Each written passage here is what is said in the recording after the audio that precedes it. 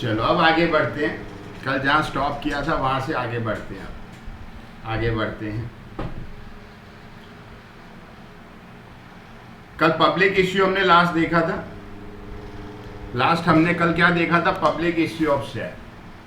Public issue कल हमने last देखा था, उसके स्टेप्स देख लिए थे। अब क्या देखेंगे आज? Private placement. पब्लिक इश्यू के बाद सेकंड क्या है? Private placement. पब्लिक इश्यू में क्या करते हैं भाई? पब्लिक इश्यू के अंदर क्या करते हैं? We are issuing shares to the public, we are inviting people, those who are interested, by reading or getting prospectus, information from the prospectus, they are applying for the shares and company allots the shares. That is public issue. In private placement, instead of issuing shares into the public, now the promoters or the members, those who are contributing to promote the company, instead of issuing shares into the market, internally they are allotting shares to each other. अंदर वो लोग shares ले लेते हैं। For example 10-12 जने इकट्ठा होकर company start कर रहे हैं। 10-12 जने इकट्ठा हुए, उन्होंने कंपनी स्टार्ट की, तो मार्केट में शेयर इश्यू करने के जगह पे वो लोग क्या करते हैं भाई? 1 लाख शेयर है, चल 10,000 शेयर एक्स ले ले से, 12,000 शेयर वाई ले ले से, 15,000 शेयर जेड ने ले लिया। इस तरह से उन लोगों ने अंदर जब शेयर्स अलॉट कर लिए तो उसको हम बोलते हैं, क्या बोलेंगे उसको? What we call it? What will call it? This is not a public issue, this is called, बोलो क्या बोलेंगे? Yes, it is called private placement. So as per companies act 2013, company में issue shares on private placement basis also. Sometimes the promoters of public company are confident of raising capital through private sources. उनके internal contract से ही वो लोगों को market में share issue करने की जरूरत नहीं पड़ती। खुद के रिलेशन की वजह से या इंटरनल कॉन्टैक्ट की वजह से वो कॉन्फिडेंट है कि शेयर्स हमारे जो सब्सक्राइब हो जाएंगे। Confident of raising capital through private sources and contacts. In such case company does not invite public. आवा केस में पब्लिक ने इन्वाइट करवानी जरूरत पड़ती नहीं। Does not invite public to subscribe for its shares, but make private placement of shares to either promoters, friends, relatives, mutual funds, shareholders of group of companies, non-resident Indians, financial institutions like LIC, सुना हुआ है ना, UTI, ICICI, etc. આવા લોકોને private placement through shares આપી દેવામાં આવે છે. When shares are not offered to the public, company need not to issue dash. 1 marks का क्वेश्चन। अगर शेयर्स पब्लिक को ऑफर नहीं किया गया है तो कंपनी को क्या चीज इश्यू करने की जरूरत नहीं है? प्रॉस्पेक्टस इश्यू करने। पर इसके बदले में statement in lieu of prospectus ROC के पास आपको फाइल करवाना पड़ेगा within 3 days of the allotment of the shares और डिवेंचर्स। जो पब्लिक ने इन्वाइट नहीं करता, if you are not inviting public for subscribing the shares और debentures, in that case you do not need to issue prospectus. But in that case, while privately you are giving placement to your placement of your shares, in that case instead of issuing prospectus you need to file statement in lieu of prospectus with registrar of company within how many days? Within 3 days of the shares allotment. Clear? Private placement ख्याल आ गया सबको? Private placement ख्याल आ गया? Okay, any doubt?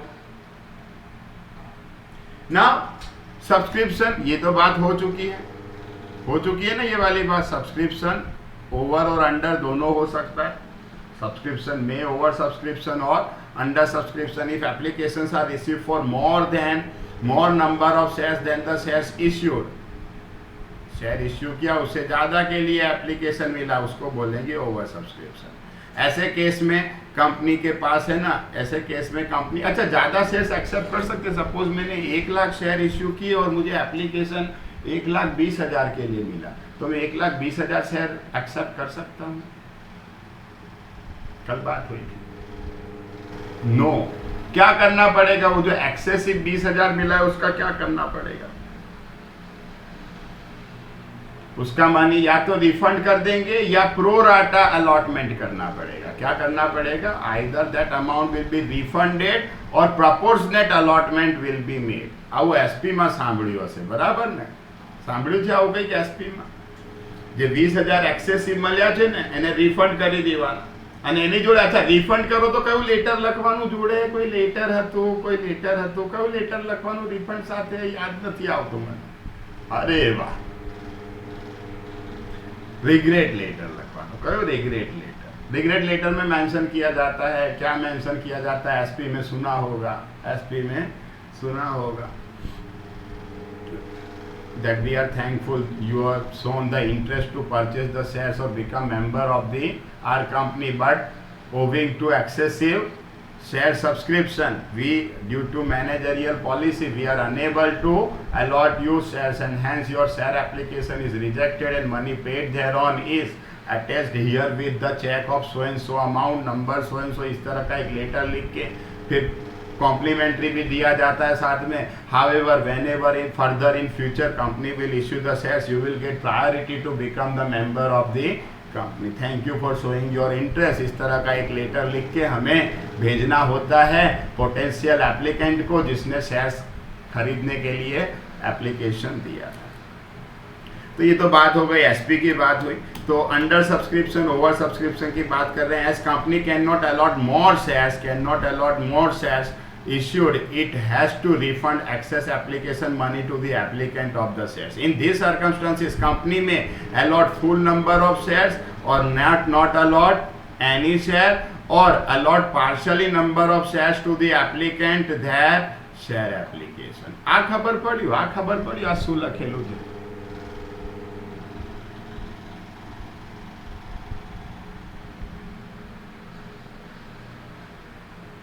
हाँ, अंदर खाने 20,000 share black में કરીને કઈ ગોઠવાઈ ના અપાય બેટા। એનું શું છે કે અલોટમેન્ટ પોલિસી બનતી હોય છે અને અલોટમેન્ટ વખતે ઓફિશિયલ્સ આવતા હોય છે ઘણા બધા। તમે ઇશ્યુ કર્યા એનાથી વધારે તો એક્સેપ્ટ નથી જ કરી सकता। अच्छा, ये पता चला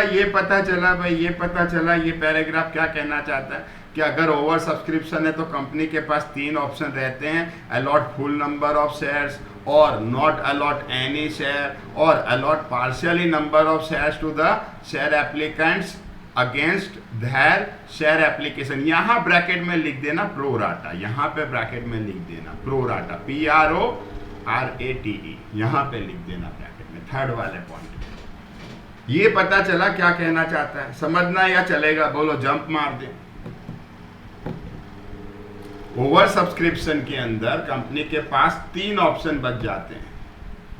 full number of shares allot कर दिया जाए, full number of shares reject कर दिया जाए, या क्या किया जाए कि भाई प्रोपोर्शनेट शेयर अलॉट किए जाए। आप સમજી લઈએ જે બાળકોને જમ્પની ઈચ્છા હોય ને એ લોકો સ્કોર જોઈ લે એટલી વારમાં। For example, we issued 1 lakh shares। कितने शेयर्स इश्यू किया हमने? 1 lakh share. And we received 1 lakh shares issued and received 1,25,000 applications। तो यहाँ पे कंपनी ने एक पॉलिसी बनाई। क्या बनाई? पॉलिसी बनाई कि भाई 5,000 शेयर्स जो थे, 5,000 शेयर एप्लीकेशन शेयर अलॉटेड, उनको 0 शेयर अलॉट किया, और रिजेक्ट कितने किए? पूरे के पूरे रिजेक्ट कर दिए। 5,000 शेयर रिजेक्ट कर दिए।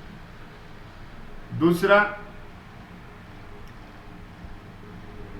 कि 20,000 शेयर्स जो थे, 20,000 शेयर्स, उनको फुल शेयर्स अलॉट किया। फुल शेयर मतलब उनके रिजेक्ट 0 हुए। अब बाकी के जो बच गए वो प्रोपोर्शनेट। कितने बच गए होंगे बाकी के भाई? टोटल 1,25,000 एप्लीकेशन मिला था, और शेयर आप अलॉट कर सकते हो 1 लाख सिर्फ, क्योंकि इश्यू 1 लाख किया था।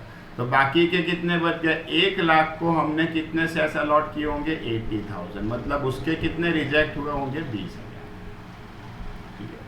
मतलब ये देखो, ये क्या हुआ, फुल्ली रिजेक्टेड, ये वाला क्या हुआ, फुल्ली एक्सेप्टेड, और ये वाला क्या हुआ, प्रोपोर्शनेटली एक्सेप्टेड।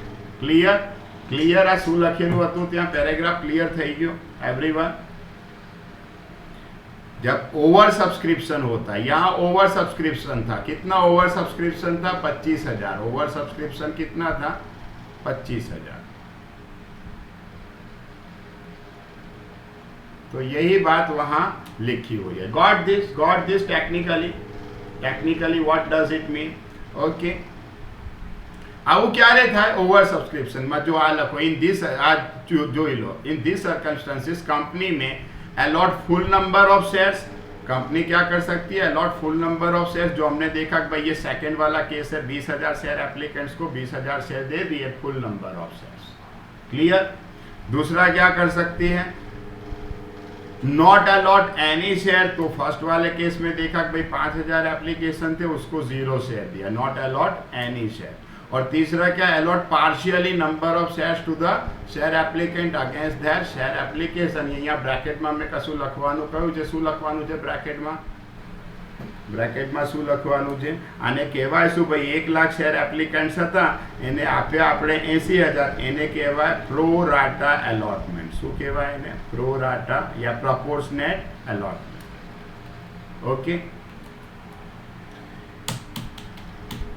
अगर एप्लीकेशंस, ये तो एप्लीकेशन मोर मिले तो की बात है। अगर एप्लीकेशन आपको लेस मिले तो उसको क्या बोलेंगे भाई, 1,00,000 शेयर इश्यू किया और आपको एप्लीकेशन मिला सपोज 80,000,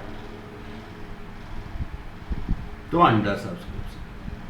90% से कम एप्लीकेशन अगर मिलता है तो आपको सर्टिफिकेट टू कमेंस बिजनेस नहीं मिलेगा। ये सेबी और companies law board, CLB, SEBI, CLB और आरओसी का रिस्ट्रिक्शन है यहाँ पे। CLB company law board, ROC registrar of company आपको अलॉटमेंट अलाउ नहीं करेगा। कितने परसेंटेज कम से कम एप्लीकेशन मिलना चाहिए?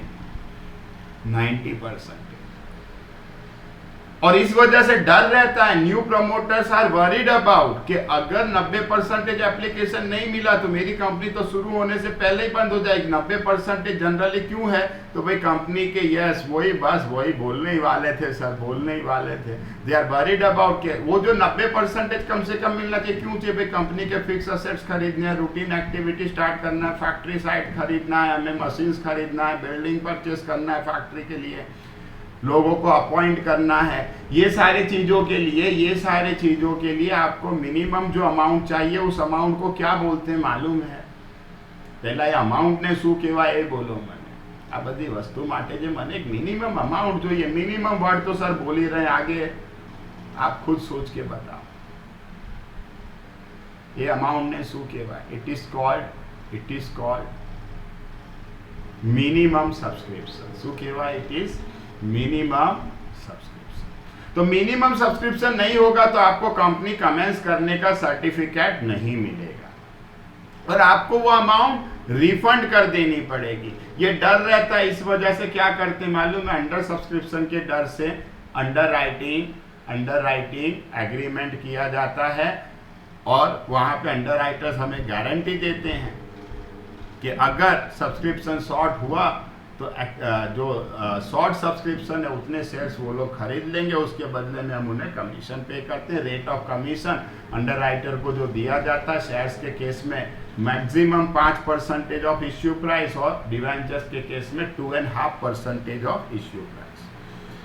तो देखें बुक के अंदर if applications are received less number the shares than shares issued, it is known as under subscription. According to SEBI guidelines, company must get application money for at least 90% amount called public subscription.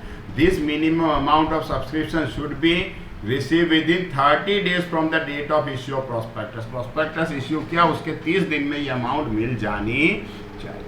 If company fails to get minimum subscription, then company cannot allot shares within 15 days of the total amount should be returned to the applicants. अगर ये 30 दिन में आपको amount नहीं मिला तो अगले 15 दिन में, मतलब 30 से 45 दिन के बीच में ये अमाउंट रिटर्न कर देना है। और आप शेयर अलॉट नहीं कर सकते हो, और अगर अगले 15 दिन में रिटर्न नहीं किया, चालू होने से पहले ही बंद हो गई, और अगर आपने 15 दिन में रिटर्न नहीं किया तो अब 15% इंटरेस्ट के साथ, if company fails to return this amount within 15 days, interest at the rate of 15% per annum has to be paid for each day. Okay, daily 15% per annum के हिसाब से आपको इंटरेस्ट के साथ, जितने दिन आप लेट हो गए ना उतना इंटरेस्ट के साथ आपको ये रिटर्न करना पड़ेगा। बोलो, कोई डाउट आई सुधी कोई ने? यहां तक कोई डाउट किसी को? आगे बढ़े, आगे बढ़े। IPO, FPO, initial public offering, first time जब कंपनी कोई मार्केट में एंटर होती है और शेयर ऑफर करती है, फर्स्ट टाइम जब कोई कंपनी मार्केट में एंटर होती है और शेयर्स पब्लिक को ऑफर करती है, उसको हम बोलते हैं आईपीओ, इनिशियल पब्लिक ऑफर या offering. Is the first time that the share और stock of private company is offered for purchase to public. Private company का शेयर फर्स्ट टाइम पब्लिक को ऑफर किया जाए जब परचेज करने के लिए, तो उसको हम बोलते हैं IPO. If company has already issued the shares to the public, पहले ऑलरेडी आईपीओ ला चुकी है कंपनी और अब वापस से शेयर इश्यू करे। ख्याल आया? पहले मैंने मेरे पास ऑथोराइज कैपिटल था 5 लाख, जिसमें से 3 लाख शेयर मैंने ऑलरेडी इश्यू कर दिए थे। जब 3 लाख पहली बार इश्यू किया था वो क्या कहलाएगा? आईपीओ। जो फर्स्ट टाइम 3 लाख शेयर मैंने पब्लिक को ऑफर किया था वो क्या कहलाएगा? आईपीओ। अब बाकी के 2 लाख और मैं शेयर इश्यू कर रहा तो वो क्या कहलाएगा? वो क्या कहलाएगा? It is FPO. Is it clear? Follow on. Public offer is issued by company to public or to its investors. Methods for issue of shares by company. Shares issue करने की methods, वैसे तो 3 तरह से शेयर्स इश्यू किए जाते थे। कितनी तरह से इश्यू किए जाते थे? कहा सर ने, कितनी तरह से इश्यू किए जाते थे? 3 तरह से। पर कंपनीज एक्ट 2013 सेक्शन 53 आने के बाद अब सिर्फ 2 ही तरह से शेयर इश्यू किए जा सकते हैं। अब ये समझ ले कि भाई ये इश्यू एट पार क्या होता है। पार को दूसरा हम नॉमिनल भी बोलते हैं। पार को दूसरा क्या बोल सकते हैं? नॉमिनल या फेस। तो पार वैल्यू, नॉमिनल वैल्यू या फेस वैल्यू वो एक ही बात है। ख्याल आया? ये सबको पहले तो नाम याद रखेंगे, पार वैल्यू, फेस वैल्यू या नॉमिनल वैल्यू। फॉर एग्जाम्पल, आपका एक शेयर 100 रुपए का है। एक शेयर कितने का है? 100 रुपए का। तो 100 रुपए क्या कहलाएगा? उसकी पार वैल्यू, नॉमिनल वैल्यू या फेस वैल्यू कहलाएगी। Is it clear? Is it clear? 100 rupees is called its par value. 100 share हूँ, 100 आज पब्लिक ने ऑफर करूँ। पब्लिक को मैं ऑफर उसको 3 तरह से कर सकता हूँ। 100 का शेयर है, मैं 100 में ऑफर करूँ, 100 का शेयर 125 में ऑफर करूँ और 100 का शेयर मैं 95 में ऑफर करूँ। जब 100 का शेयर 100 में ऑफर किया जाए तो उसको बोलते हैं इश्यूड एट पार। ख्याल आएगी? वहाँ इश्यूड एट पार। जब 100 का शेयर हम 125 में इश्यू कर रहे हैं, 25 रुपए जो ज्यादा के मिल रहे हैं, मिलने वाले हैं हमें, उसको बोलेंगे इश्यूड एट क्या बोलेंगे? प्रीमियम। और जब 100 का शेयर 5 रुपए कम में इश्यू अगर किया हो मैंने, 2013 से पहले ये चीज पॉसिबल था, 5 रुपए कम मुझे मिल रहे हैं, इसको बोलेंगे issued at. Clear? But new 2013 companies act के सेक्शन 53 के हिसाब से कंपनी अब डिस्काउंट से शेयर इश्यू कर सकती है या नहीं? Can it issue shares at discount और नॉट? અમના સરે વાત કરી। એટલે આપણા સિલેબસમાં એક્ઝામ્પલ કેટલા ટાઈપના છે? In our syllabus only 2 types of examples will be there, issued at either par or at a premium. If the total amount payable by share subscriber to company is equal to that of the face value of share, the share are said to be issued at par. जितनी face value है उतने ही आपको पे करना। Face value, par value और उसको क्या बोलते हैं, 3 नाम से जाना जाता है। It is also called face value, par value और nominal value. For example, share of face value 10 issued at ₹10। 10 का शेयर 10 में इश्यू किया गया तो उसको क्या बोलेंगे हम, issued at par. If total amount payable by share subscriber to company is more than the total face value of share, भाई 10 रुपए का शेयर है, तुझे पे करने पड़ेंगे 14 रुपए, तो जो 4 रुपए ज्यादा पे करना पड़ेगा,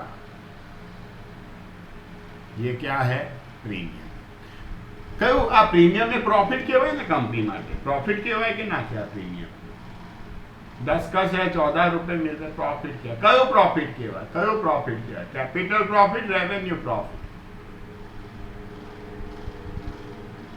કેપિટલ પ્રોફિટ છે આ કે આ બિઝનેસ નથી કંપનીનો, કેપિટલ। यशवी बेटा, ये बिजनेस नहीं है कंपनी का कि 10 का शेयर 14 में इश्यू करना।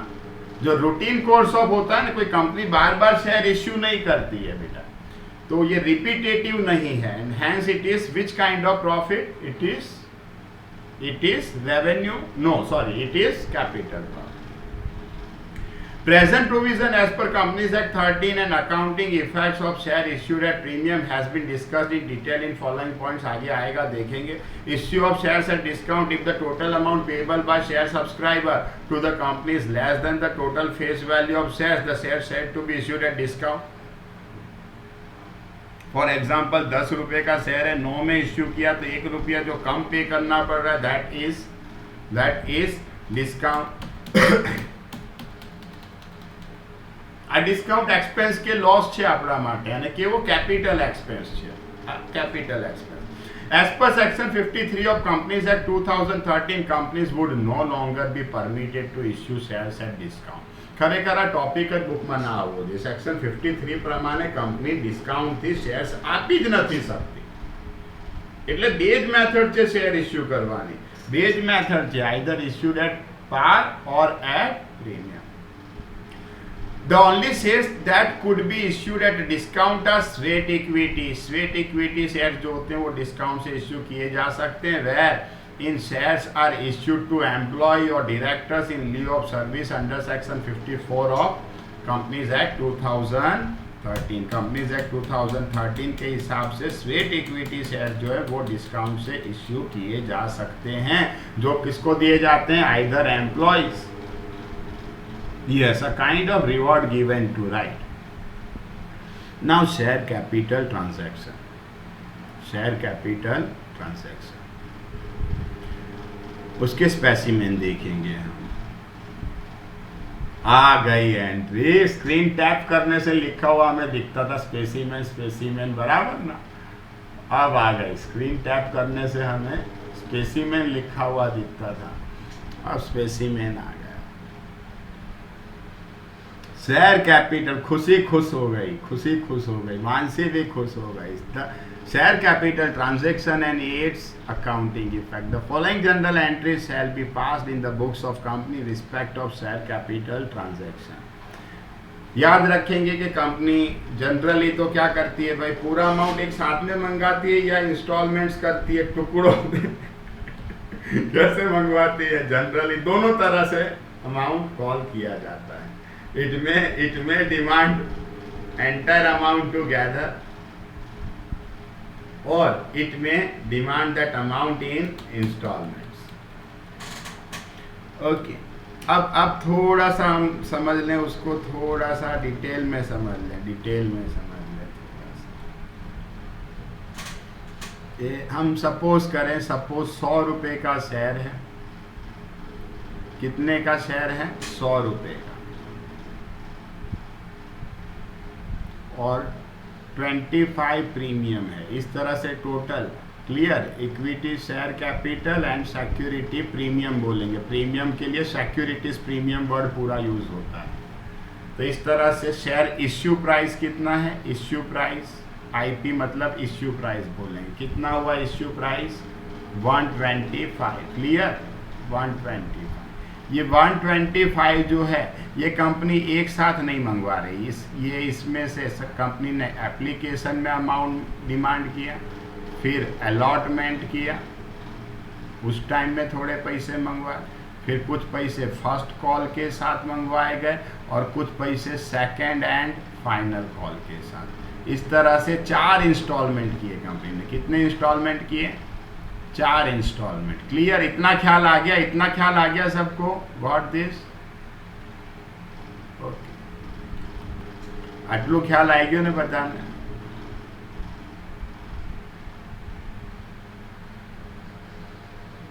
अब ये अमाउंट कैसे मंगवाई गई? तो हर बार कंपनी ने भाई यहाँ पे 30 रुपये जो है, 30 रुपये, 20 रुपये, 25 रुपये और 25 रुपये। क्लियर?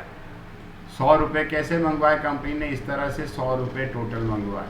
और प्रीमियम के जो थे, यहाँ पे 15 रुपये प्रीमियम, यहाँ पे 10 रुपये प्रीमियम, यहाँ पे कोई प्रीमियम नहीं। तो एप्लीकेशन में टोटल कितना कॉल किया गया? एप्लीकेशन में टोटल कितना कॉल किया गया? एप्लीकेशन में टोटल कितना कॉल किया गया? 45। Very good. अलॉटमेंट में 30 rupees. First call 25 and final call also 25। चलो आटलो ख्याल आएगी? आटलो ख्याल आएगी बधाने?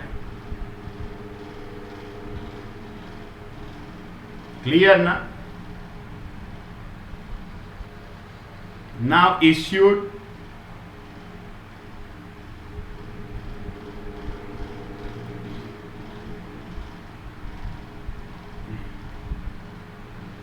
कंपनी ने इश्यू किया था, सपोज इश्यू किया था 80,000 शेयर्स। कितने इश्यू किए थे? 80,000 इश्यू किए थे। और रिसीव किया 90,000 शेयर्स। कितने रिसीव किए? 90,000 शेयर्स एप्लीकेशन रिसीव किया। अपन अभी प्रोराटा की बात नहीं कर रहे हैं, अभी प्रोराटा की बात नहीं कर रहे हैं। तो अगर प्रोराटा नहीं है तो क्या करना पड़ेगा मालूम है? बाकी जो एक्सेसिव है 10,000 उसको क्या करना पड़ेगा? उसको क्या करना पड़ेगा हमें? Reject and refund. वो लेटर के साथ, कौन से लेटर के साथ? Reject and refund. यस सृष्टि, कौन से लेटर के साथ? रिग्रेट लेटर साथे रिजेक्ट एंड रिफंड। अब 2 शेयर होल्डर थे हमारे, 2 शेयर होल्डर। एक है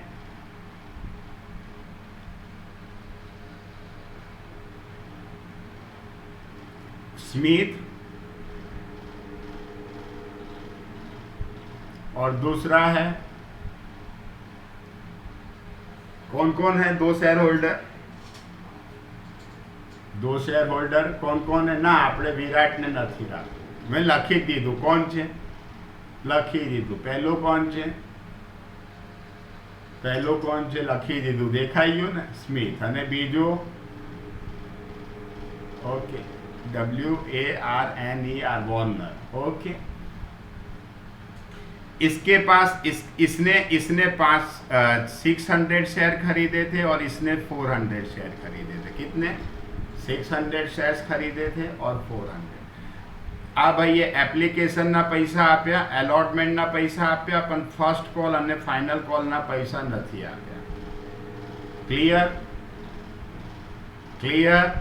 राइट मार्क किया मतलब पैसे मिल गए, रॉन्ग मार्क किया मतलब नहीं मिले। ख्याल आ गया ये चीज? Got this? Got this? Warner भाई ने ये वाले पैसे दिए, ये वाले दिए, ये वाले दिए, पर ये अमाउंट नहीं दिया। ये भी ख्याल आ गया? Got this? अब ये पैसे नहीं मिले थे, इस वजह से इन लोगों को नोटिस दिया गया। पहला नोटिस, दूसरा नोटिस और तीसरा शेयर फॉरफिट का नोटिस। इनके शेयर्स को क्या कर लिया गया? शेयर्स को क्या कर लिया गया? फॉरफिटेड। और ये सारे के सारे शेयर्स जो हैं वो हमने विराट को दे दिया। किसको दे दिया? विराट को। That is called reissued. શું કહેવાય એને? Reissued to Virat. कितने में दे दिया? एट रुपीज, कितने में दे दिया ये शेयर हमने विराट को? एट ₹9 पर शेयर, एट ₹9 पर शेयर। चलो आ ख्याल आई गयो, आ बधाने ख्याल आई गयो, आटलो पिक्चर खबर पड़ी गई। इस पे से हम स्पेसिमेन एंट्री सीखने वाले हैं। फिर से मैं बोलूं कंपनी, देखो क्वेश्चन बोल रहे हैं सर, ध्यान से सुनना, क्वेश्चन बोल रहे हैं sir. A company has issued 80,000 shares. Lakhu हो तो लखी लो, चलो લખાઈ દો ક્વેશ્ચન, કેમ કે ક્વેશ્ચનની સાથે સાથે સ્પેસિમેન પણ આપણે શીખીશું। आज तो चलो नोटबुक ले लो, देखो question for understanding specimen entries, question for understanding specimen entries.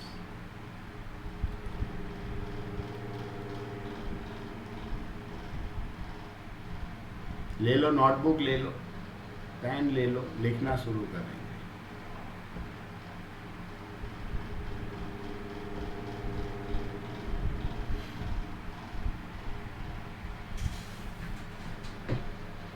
Sir भी लिख रहे हैं, दिखाई पड़ेगा आप लोगों को।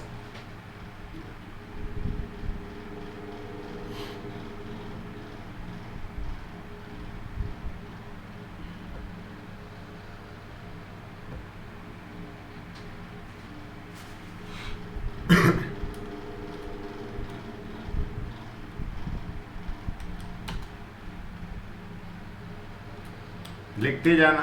Tanaji limited issued 80,000 equity shares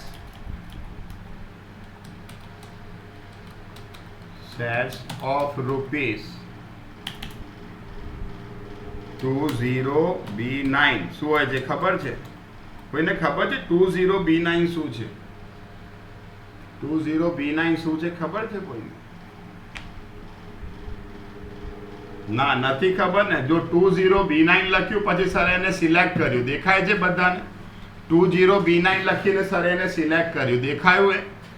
એના પછી અલ્ટર એક્સ દબાઈ દેવાનું। શું દબાવવાનું? શું પ્રેસ કરવાનું એના પછી? Alter x. તો શું થઈ ગયું? દેખાયું? यशवी बेटा देखा क्या हुआ उसके बाद? बराबर। फिर से देखो 20B9 उसको मैंने सिलेक्ट किया और फिर कर दिया अल्टर एक्स। दिख गया ना मैजिक शो? चलो, shares of ₹100 each at premium of, પછી વારે ઘડી એવું નહીં કરવાનું, પછી એને કંટ્રોલ સી કરી જ રાખવાનું, એટલે કંટ્રોલ બી કરો તો આવી જાય,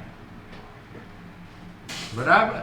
પછી વારે ઘડી એવું નહીં કરવાનું, એને કંટ્રોલ સી કરી રાખવાનું। Premium of ₹25 per shares for public subscription.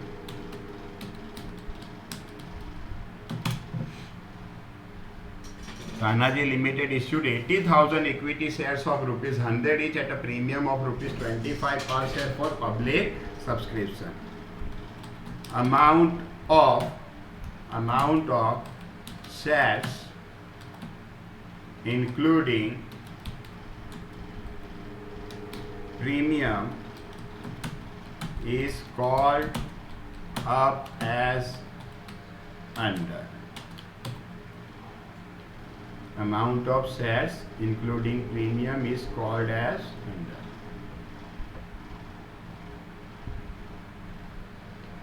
चलो नेक्स्ट लाइन में लिखें with application.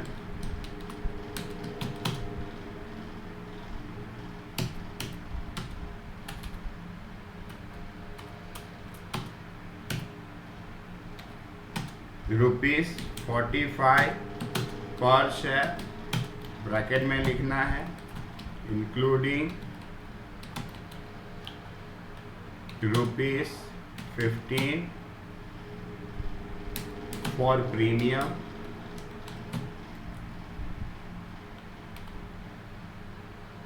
rupees 15 for premium.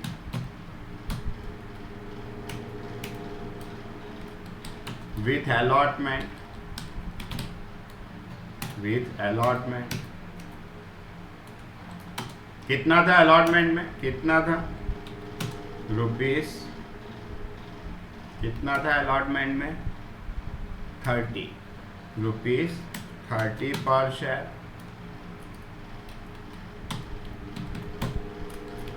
Including rupees 10 premium for premium.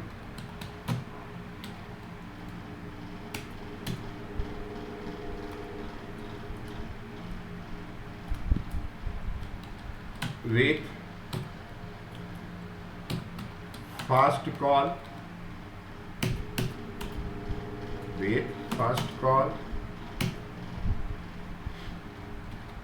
rupees 25 per share, with second and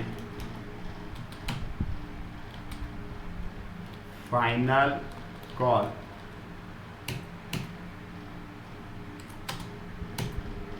again वही रुपीस 25 पर शेयर. લખાઈ ગયું, આટલું લખાઈ ગયું બધા.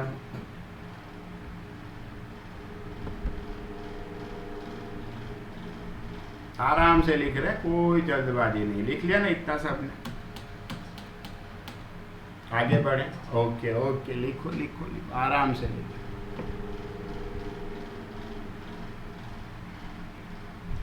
इसको हम सॉल्व भी करेंगे और साथ में स्पेसिमेन भी सीखते जाएंगे. ओके, हो जाए डन बोलो, आगे बढ़ेंगे. हो जाए तो डन बोलो, आगे बढ़ेंगे.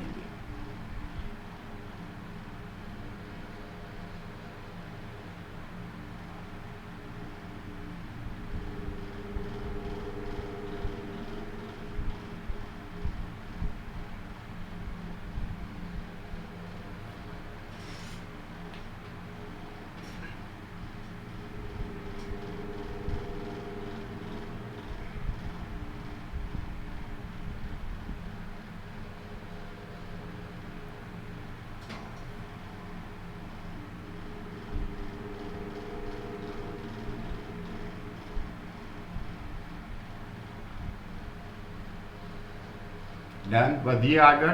Awaiting for your reply. साथ साथ में लिखते जाओ, साथ साथ में लिखते जाओ.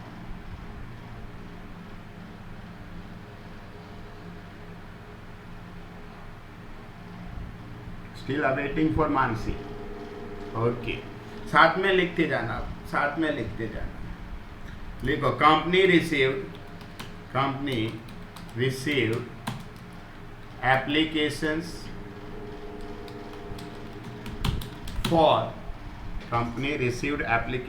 for 1 lakh shares. It rejected an excessive applications and money paid thereon was, thereon पूरा साथ में लिखने का. money paid thereon was refunded to the applicants with regret later.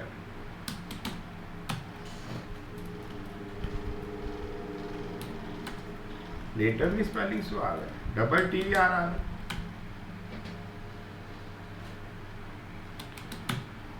The allotment of the shares was made to the remaining applicants. Remaining કેટલા બચ્યા હશે ભાઈ? Excessive reject કર્યા અને એમના પૈસા રિફંડ કરી દીધા, અને રિમેનિંગ કેટલા બચ્યા હશે? એ રિજેક્ટ કરી દીધા. રિમેનિંગ કેટલા બચ્યા હશે? ક્લિયર ના?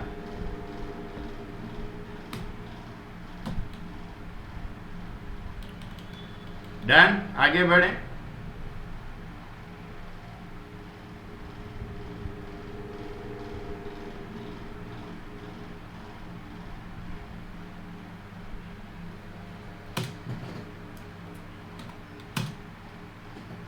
आगे बढ़े। मिस्टर कौन था? स्मिथ था ना, mister Smith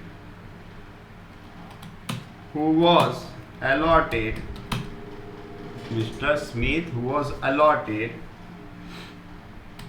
600 shares failed to pay the money due on, कहाँ पे उसने नहीं पे किया था? Money due on. આપણે એક કામ કરીએ ભાઈ, સ્મિથ ભાઈએ છે ને આ 3 પૈસા ના આપ્યા, કયા? આ 3 ના આપ્યા। स्मिथ भाई ने कौन से पैसे नहीं दिए, समझ गए? अलॉटमेंट के नहीं दिए, फर्स्ट कॉल नहीं दिया, फाइनल कॉल। और वार्नर ने कौन सा नहीं दिया? वार्नर ने कौन सा नहीं दिया? वार्नर ने कौन सा नहीं दिया? First call and final call. और एक चेंज किया सर ने, दिखाई पड़ा? और एक चेंज किया सर ने, दिखाई पड़ा स्क्रीन में? क्या चेंज किया सृष्टि? और एक चेंज किया सर ने, क्या चेंज किया बोलो तो? हाँ, 9 की जगह 90 किया, गलती से 9 लिखा था। Right, very good focus, very good focus here. Okay, 90 में रीइश्यू किया। ओके, चलो। Money due on share allotment and both calls, while another shareholder mister कौन था? वो मिस्टर कौन था? Mister Warner holding 400 shares had not paid amount due on both the calls. થઈ ગયું આટલું તો ડન બોલજો। The allotment of share was made to remaining applicant Mr. Smith, who was allotted 600 shares, failed to pay money due on share allotment and both calls, while another shareholder Mr. Warner holding 400 shares had not paid amount due on both the calls। देखो इस तरह से question आएंगे, इस तरह से questions आएंगे। Done everyone? Done? Others are waiting for your precious reply। हाँ, लिखो, कोई बात।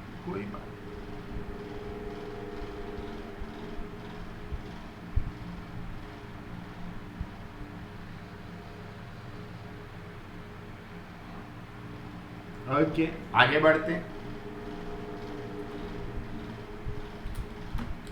Company forfeited the shares of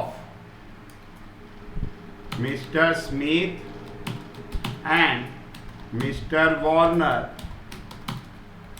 after carrying out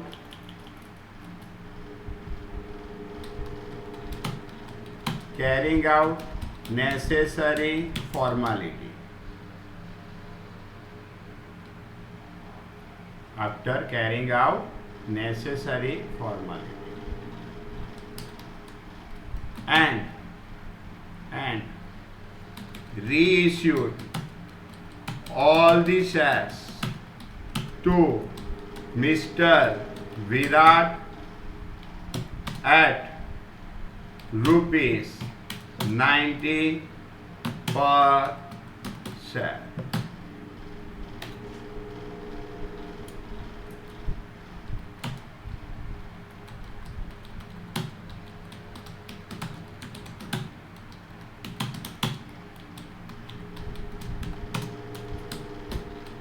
Past journal entries in the books of Tanhaji Limited.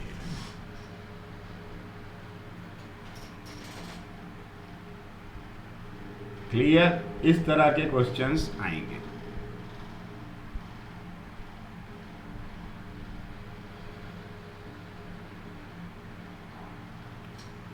अब याद रखना है, जब भी आप स्पेसिमेन एंट्रीज की बात कर रहे हो, स्पेसिमेन एंट्री,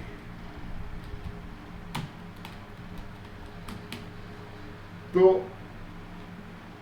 आंसर इसका हम बाद में लिखेंगे. अभी तो सिर्फ समझने के लिए सर ने क्वेश्चन बनाया कि भाई 2 एंट्री एप्लीकेशन की आएगी. हमेशा याद रखना है कितनी एंट्री आएंगी एप्लीकेशन की? 2. इसी तरह से 2 एंट्री किस चीज की आएगी वापिस?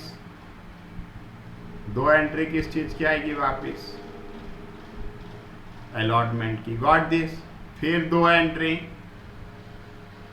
एंट्री फर्स्ट कॉल की. फिर वापिस 2 एंट्री फाइनल कॉल की. याद रखना कि 2-2 के इंस्टॉलमेंट में एंट्रीज होती हैं, मतलब 8 एंट्री यहां से आ जाएगी. फिर जब भी फॉरफिट किया जाता है उसकी 1 एंट्री. फॉरफिट की कितनी एंट्री रहेगी? फॉरफिट की 1 एंट्री. ओके, फॉरफिट की 1 एंट्री. और जब भी रीइश्यूड आएगा, क्या चीज आएगा? रीइश्यूड. तो रीइश्यूड में मोस्टली कितनी एंट्री होती है? 2. रीइश्यूड में कितनी एंट्री होती है? 2. तो अगर मैं इसका आंसर लिखूं तो total 2 application, 2 allotment, 2 first call, 2 final call, 1 forfeiture और 2 रीइश्यू, कितनी एंट्रीज बनने वाली है टोटल इस क्वेश्चन के हिसाब से?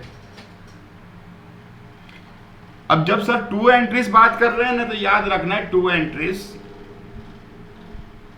यस 11. 2 एंट्रीज जब बात कर रहे हैं तो 2 एंट्री 2 लिख रहे हैं सर. वैसे तो डायरेक्ट 8 एंट्रीज लिख सकते थे, पर वो 2 के बीच में दूसरी कोई एंट्री एंटर हो सकती है.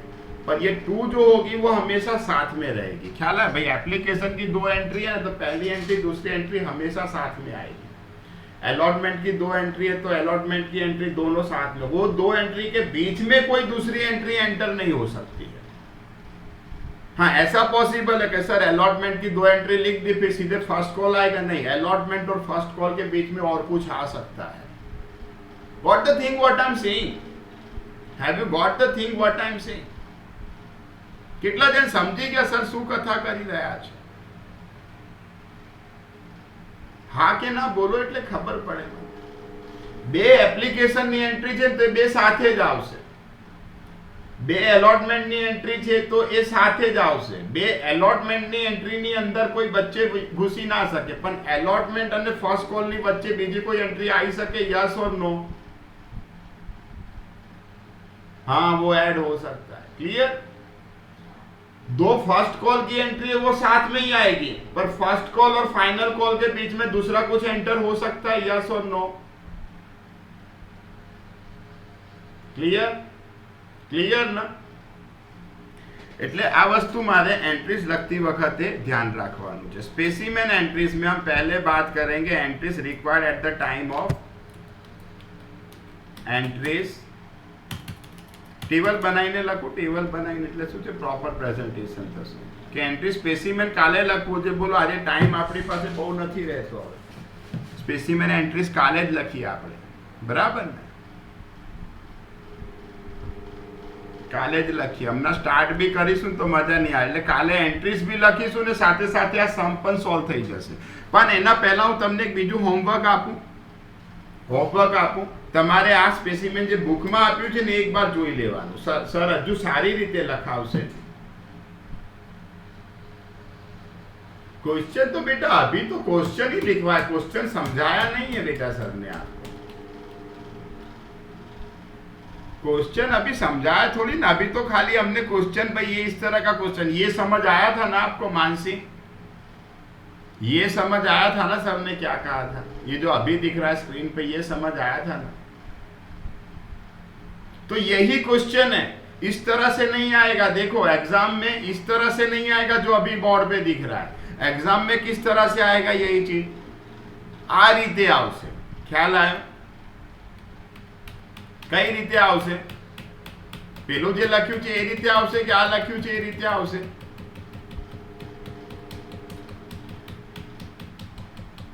एग्जाम में किस तरह से आएगा वो तो हमने लिखा, राइट?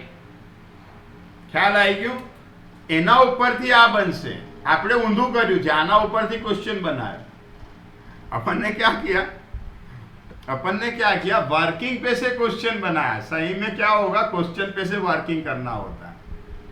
तो जो भी क्वेश्चन आएगा ना उसके ऊपर से पहले हमें फटाफट क्या ये वर्किंग कर लेना. ये जो दिख रहा है स्क्रीन पे ये करना है. ये हो गया. फिर एंट्रीज इजी है. फिर मुझे स्पेसिमेन मेरे माइंड में होना चाहिए, वो हम कल देखेंगे अच्छे से कि भाई स्पेसिमेन है क्या. उससे पहले एक दूसरी